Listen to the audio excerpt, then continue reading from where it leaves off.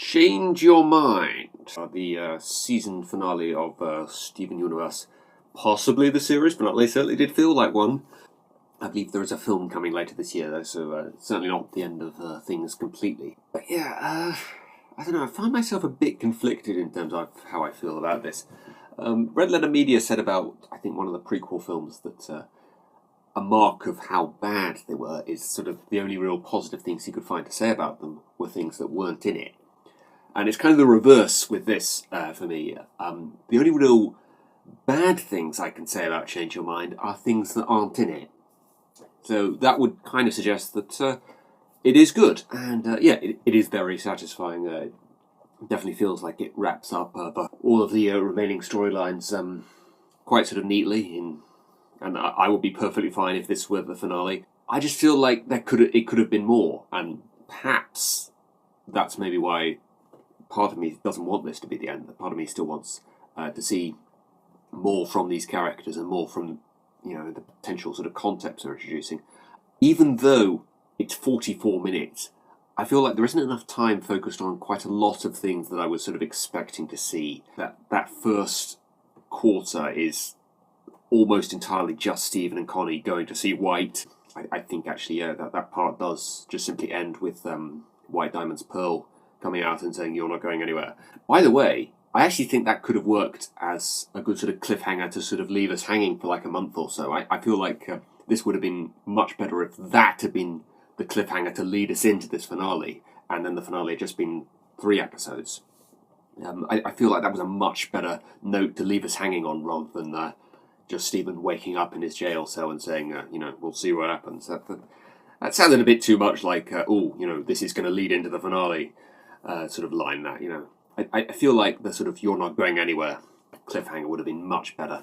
So yeah, that first quarter is very slow. There's not a huge amount in there, and as a result, the things I really sort of was properly expecting to see, all the gems converging, the fusions, which I was thrilled to see. I feel like they should have spent more time on them. That there should have been more of that, more of understanding White Diamond's motivations and why she was doing this, and maybe why she had this sort of lack of understanding, because it's like this constant sort of feel of White Diamond won't listen, but I wanted to sort of maybe know why exactly she wasn't listening and what was her sort of point of view about this whole thing. And we did get that eventually. It was quite a good sort of understanding that we eventually got about why White Diamond sort of felt like she needed to just sort of fix the world by just destroying what was already there, essentially.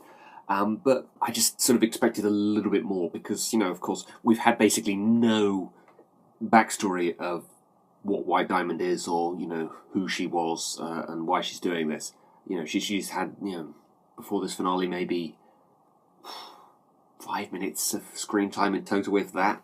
I was kind of maybe hoping for a little bit more screen time from that.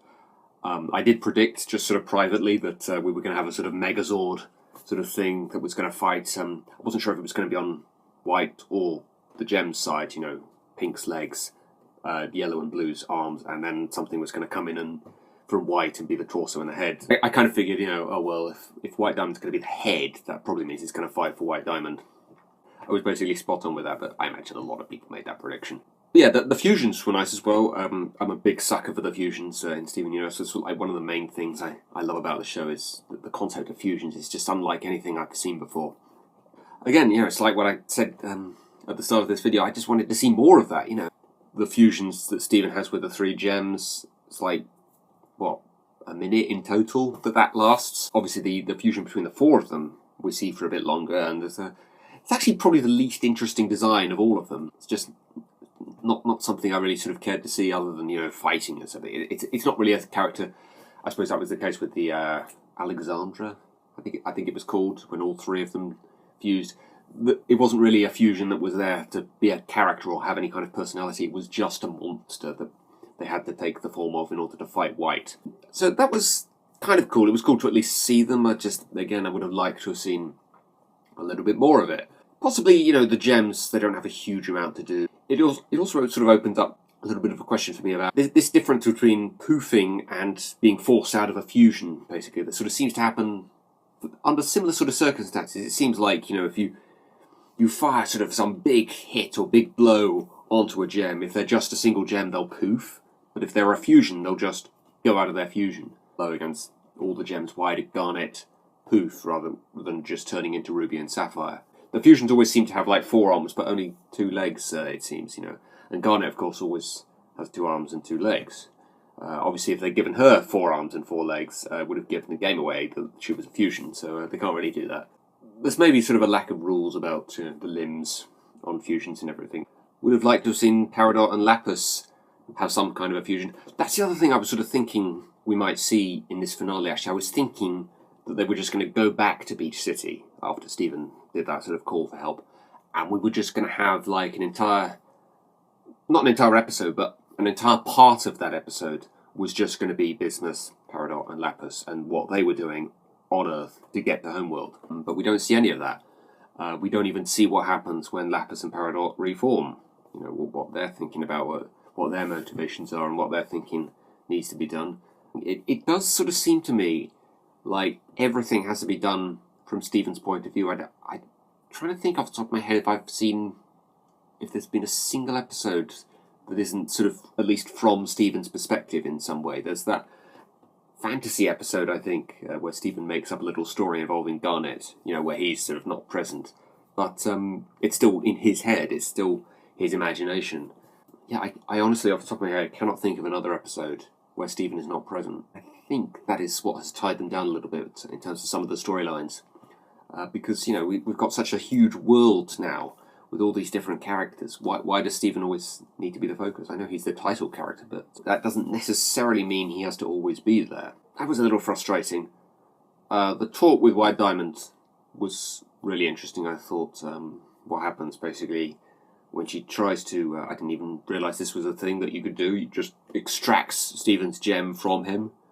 And I was thinking, are we going to see Rose as a separate entity now? Are we actually going to have this Pink Diamond maybe form Pink Diamond, but then Pink Diamond is going to be like, oh no, this is wrong, I don't want to be Pink Diamond anymore, I want to take the form of Rose. And then, perhaps this was going to open up the door for having Rose as a regular character on the show now. Again, she was basically going to come back to life. And I was sort of thinking to myself, is that a good thing? Assuming the show keeps going, is that going to be a good thing for the show or not? But actually, no, that is not what happens. It's just Stephen is sort of a separate entity. I guess Stephen is just very weak. I suppose maybe him as an entity is much older than he appears to be physically, so perhaps now he's feeling his age much more without his gem. He perhaps, because Pink Diamond is thousands of years old, he actually feels thousands of years old without his gem, but the human part of him is only as old as Stephen is, so yeah, I'm not quite sure what's going on there. And then he fuses with himself, basically. Can that count as a fuse? I suppose he's fused with Connie, actually, who is not a gem. So I suppose a human and a gem confused in that sense. So this was just kind of the gem side of Stephen and the human side of Stephen fusing is basically what is going on there. Can humans fuse with gems, or is it just that Stephen confused with both humans and gems because he's both? Again, that's another sort of little bit of world building. Again, I would be interested in seeing. But again, this isn't sort of a criticism for me. This is me just sort of asking questions about where they could take the show from here and explaining in terms of world building and giving us answers on certain things. This is good stuff. It's just a little frustrating that we're not maybe getting more of what I would like to see. Yeah, it's why it has me sort of conflicted, basically, because what I liked about the show was just simply the fact that it had me asking a lot of interesting questions. It's not really about what was actually in it. At the same time, though, it is a very sort of satisfying kind of finale in terms of what we learn about the characters and what we get out of them. We get basically everything wrapped up. So they're obviously writing this with it being a series finale in mind, because literally all the loose ends are tied up. I've heard a few people sort of questioning, well, why do the diamonds leave at the end? It's like, well, they're just going back to Homeworld, aren't they? Yeah, even Lars, his whole thing is sort of tied up. Not really in any kind of surprising kind of way. It's basically the way that we would have guessed. They just come back to Earth. That's it, really. You just sort of see him, and I actually don't understand why they focused on that for quite as long as they did, really, because it didn't really seem particularly important to me. I thought it was just going to be a quick sort of shot of, oh, Lars is back, and that would be it. Yeah, that little montage they have at the end, I think it would have been better off as just being part of that. But yeah, I was hoping for a little bit more from Bismuth, Lapis, and Peridot. You know, that whole time that they are talking to White in that room, where are they? What are they doing? You know, why aren't they there? They show up after everything gets resolved. You know, all that was that whole episode about Stephen calling for help and getting them to come to Homeworld, and then they don't really do anything. They fight for a little bit, but I suppose they help out in terms of trying to help them escape and everything. That's about it, really. Yeah, ever since she became a Crystal Gem, Peridot has been massively downplayed, it seems. It almost kind of has me conflicted, because everything that was in this finale was good. It just left me wanting a lot more from time in terms of like the fusions that we see, characters that are kind of downplayed and we don't see enough of. We see Jasper at the very end. I've been sort of wondering, you know, are they going to bring her back now that we know who Pink Diamond really was? And, you know, she comes back literally right at the end of the episode, and she has no lines or anything. You know, it's not even clear whether or not she actually finds out that Stephen is Pink Diamond and Rose Quartz was Pink Diamond. I think, correct me if I'm wrong, didn't Jasper answer to Pink Diamond? So that would be sort of far more significant for her than it would be for anyone else. White's pearl turns pink at the end, so does that mean she's actually Pink Diamond's pearl? Because I assumed pearl was Pink Diamond's pearl. Possibly, you know, maybe that pearl wasn't pink before. She has just become pink now because, you know, there's been a change to White's vision on things and personality and everything. And was that ever really White Diamond's pearl talking to them, you know, when she shows up with her arms like that? Or was that White talking through the pearl, you know, on that sort of turning them grey sort of thing on her, and she spoke through her the whole time. So we never actually knew White Diamond's pearl that whole time that she was talking. So we'll be interested to see, you know, her as an actual character now, if they do keep the series going. So yeah, there is definitely potential for a new direction that they could take things in with this. I hope they're not just going to drag things on for a lot longer now, if they do decide to keep the series going, because that was the big problem for me. It just took them so long to get to the good stuff. And then, of course, when the good stuff gets there, you just want more of the good stuff. Very frustrating. It's kind of like just being given a little bit of an ice cream sundae every couple of weeks or so, and then getting a little bit of it just makes you want more. It's a little bit of a tease, and I definitely don't want that to be the finale, even though that would definitely work perfectly fine as a finale, because it does just tie everything up nicely. I am sort of intrigued about where they go with certain characters now. So I would say more of the fusions. Get some fusions that we haven't seen before. Peridot and Lapis in particular, I want to see fusions from them. I want to see episodes where Stephen's like either barely in it or not in it at all. Possibly even an episode maybe that focuses on the diamonds. You know, flashback episodes to show, you know, what Pink Diamond's relationship with the other diamonds was, maybe even before she made the decision to turn into Rose Quartz. But that would be really interesting to see. There's a hell of a lot more potential for stuff they could do with this. And I'm just worried that we're not going to get anything like that, and it's just going to be more of the sort of mundane stuff back on Beach City now that they are back on Earth.